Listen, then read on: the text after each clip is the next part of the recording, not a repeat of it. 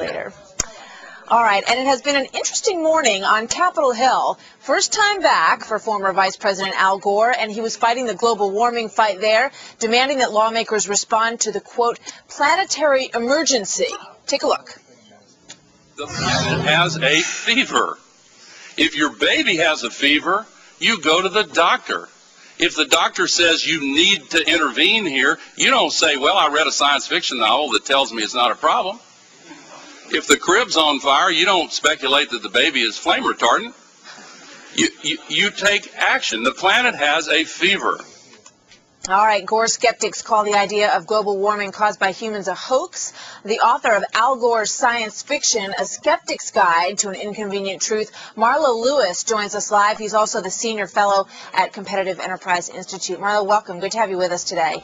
Thank you, Martha. I heard your presentation on C-SPAN the other day, and I want to take us through a couple of these points because you make some very interesting points. Why don't you address exactly what Gore just said, what Al Gore just said? He said the planet has a fever. Is that true in your opinion? I think it speaks volumes that Mr. Gore is presenting a metaphor rather than actual science in order to describe the condition of the planet. The planet in no sense has a fever. There has been a very modest and constant rise in average global temperature over the last 30 years, but the planet has been warmer than it is today in previous times, like the Roman warm period and the Holocene climate optimum, and maybe even in the medieval warm period. So we're within the natural range of climate variation. To talk about a fever is just rhetorical flim-flam designed to frighten people. Marlo, one of the other things that is addressed is the question of hurricanes. And today he sought to clarify that in a way. He said that there are not more hurricanes. They are just more intense now. And you make some interesting points about population in Florida. Tell us what you think about whether or not this is caused by global warming.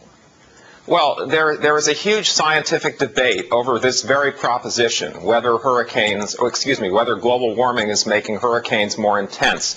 Phil Klotzbach at the University of Colorado, for example, found that hurricanes are getting more intense in the Atlantic Basin, but they're getting less intense in the North Pacific, and in the other 4 hurricane basins there has been no change over the last 20 years. A lot of people have found an increase in hurricane intensity in the Atlantic Basin over the last 30 years, but my friend Dr. Pat Michaels, the Virginia State climatologist, has looked at the preceding 30 years of data, and when you take it all the way back to 1940, what you find is an oscillation, a cycle. You don't find an upward trend. In other words, there was just as many intense storms between 1940 and 1970 as there were between 1970 and today. So this is all very speculative. Al Gore is presenting it as though it were scientific fact. All right, very interesting. Marlo Lewis, I know it's just the tip of the iceberg at the risk of a metaphor there. Thank you very much. It's very good to have you with us today Thank you so much. Shed some other light on this. Thanks.